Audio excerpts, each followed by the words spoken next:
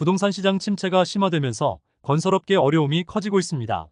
지난해 건설 부문의 성장성과 수익성이 모두 악화됐으며 영업이익률이 2년 만에 반토막 수준으로 급락했습니다. 한국건설산업연구원이 발표한 2023년 건설업 기업 경영 분석에 따르면 업계의 성장성을 보여주는 매출 증가율이 15%에서 1년 만에 4.76%로 급락했습니다.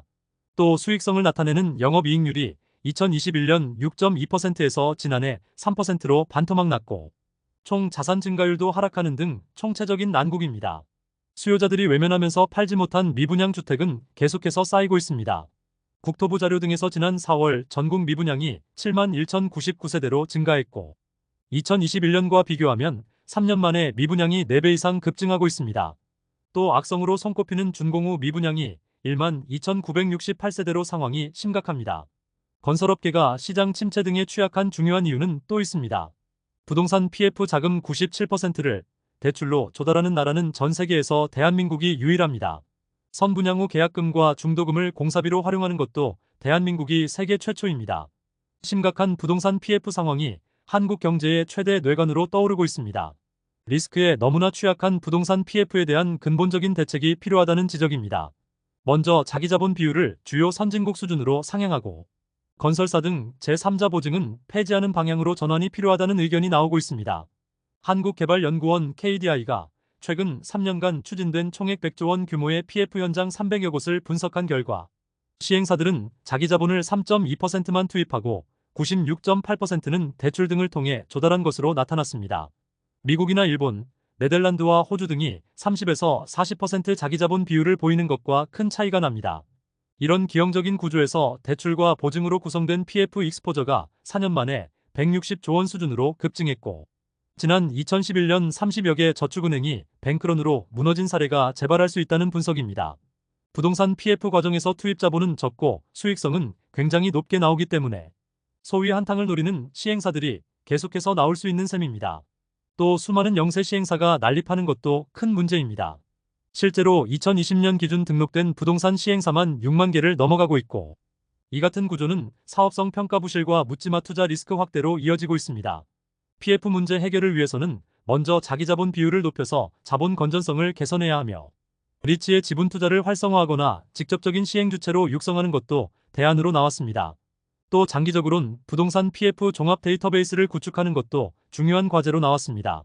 현재는 국토부나 금융당국, 신평사와 신탁사 등 그 누구도 체계적인 정보를 수집하지 않고 있습니다. KDI 연구원은 주요 선진국 어떤 나라에서도 국내 부동산 PF와 같은 구조는 찾아볼 수가 없다면서 자기자본 확충과 보증 의존도를 줄이는 방향으로 구조를 개선해야 한다고 밝혔습니다. 부동산 PF 사업장에 최대 5조 원을 투입하는 은행과 보험권 공동대출이 본격 출범합니다. 조성된 자금은 경락자금 대출과 자율매각 사업장 인수자금 대출 등 PF 재구조화에 사용합니다. 금융위원회는 최근 은행보험업권 PF 신디케이트론 업무 협약을 체결했다고 밝혔습니다. 금융사들이 우선 1조 원 규모로 공동 신디케이트론을 조성해서 민간 수요를 보강하고 향후 대출과 시장 상황에 따라 최대 5조 원까지 규모를 확대할 계획입니다. 대출 대상은 일정 수준의 사업성을 확보한 부동산 PF 사업장 중에서 법률적 리스크가 없고 대주단 분쟁이 없는 현장입니다. 대상 차주는 해당 사업을 신속하게 진행할 수 있는 역량을 확보해야 합니다. 신디케이트론은 부동산 PF 관련 다양한 자금 용도에 따라 투입합니다.